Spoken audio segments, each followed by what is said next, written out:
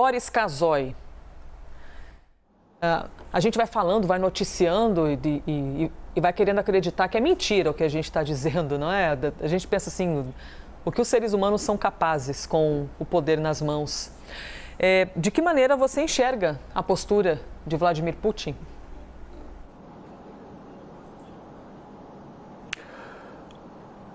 Vladimir Putin, Elisa, mentiu e mentiu muito. O tempo todo ele informou a sua população e a população mundial de que estava realizando apenas exercícios nas fronteiras da Ucrânia, das várias fronteiras, inclusive Belarus, e que não havia nenhuma possibilidade de invasão. Ele insistiu nessa tese, muita gente acreditou, inclusive desacreditando o presidente Biden, que insistia na informação de que a Rússia já havia decidido essa invasão e que o presidente Putin chamava essa posição americana, essa informação americana de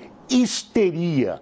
É uma histeria do Ocidente, não há nenhuma possibilidade dessa invasão. Então, o ditador russo, ele não passa de um ditador, mentiu e precisamos tomar cuidado com o que o senhor Putin fala. Isso deu uma certa ascensão, infelizmente, uma ascensão política ao presidente Biden dentro dos Estados Unidos. A credibilidade dele, que estava muito baixa, deu uma subida porque ele conseguiu prever com precisão esse terrível cenário internacional.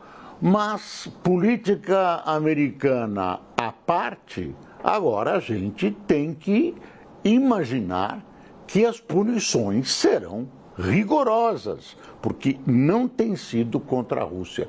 A Rússia se sente à vontade, ela analisa o custo-benefício, ela se sente à vontade para realizar os seus devaneios imperialistas. Eu insisto em que existe um conceito geopolítico na Rússia do restabelecimento do poder do tempo dos tsares. Quando a Ucrânia pertencia, o território ucraniano pertencia à Rússia. Isso, de alguma maneira, foi refeito com a União Soviética. E agora, os países que foram da União Soviética ou orbitaram em torno dela temem que a Rússia continue avançando no sentido de voltar a ser aquele império gigantesco. As razões, eventualmente, são de dominação e economia, porque são territórios ricos, territórios com uma agricultura fértil, como é a Ucrânia. A Ucrânia, junto com a Rússia, são responsáveis por 30% do trigo mundial. Então, tem uma série de questões econômicas, e não é por espaço, porque a Rússia é gigantesca. A Rússia sozinha, sem contar os países que eram da União Soviética, corresponde a 2 Brasis. 2 Brasis. A Rússia é gigantesca, tem espaço, tem petróleo, é um país de natureza muito rica. Uma coisa que eu quero ressaltar em termos de retaliações.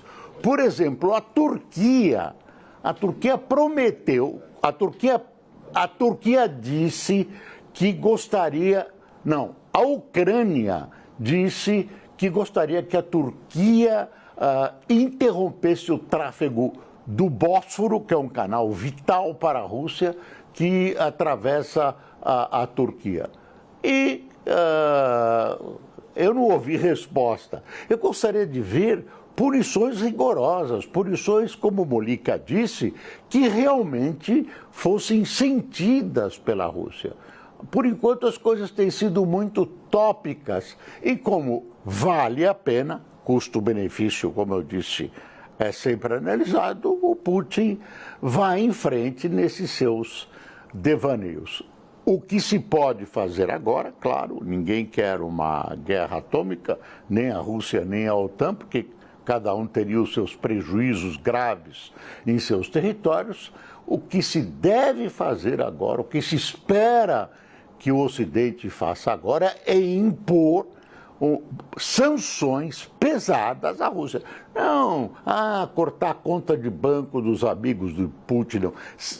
Coisas que sejam realmente sentidas pela Rússia. Eu não tenho tudo isso, eu estou falando do fechamento do Bósforo, que foi pedido pela Ucrânia. Vamos ver se esses países terão a coragem de impor essas posições duras, né, sensíveis sobre a Rússia, para fazer o Putin dar uma parada, né, dar um recuo nos seus anseios invasores e na decisão anticivilizada que ele assume, que revela um pouco que o ser humano ainda tem muito de selvagem e que essas coisas se manifestam de vez em quando.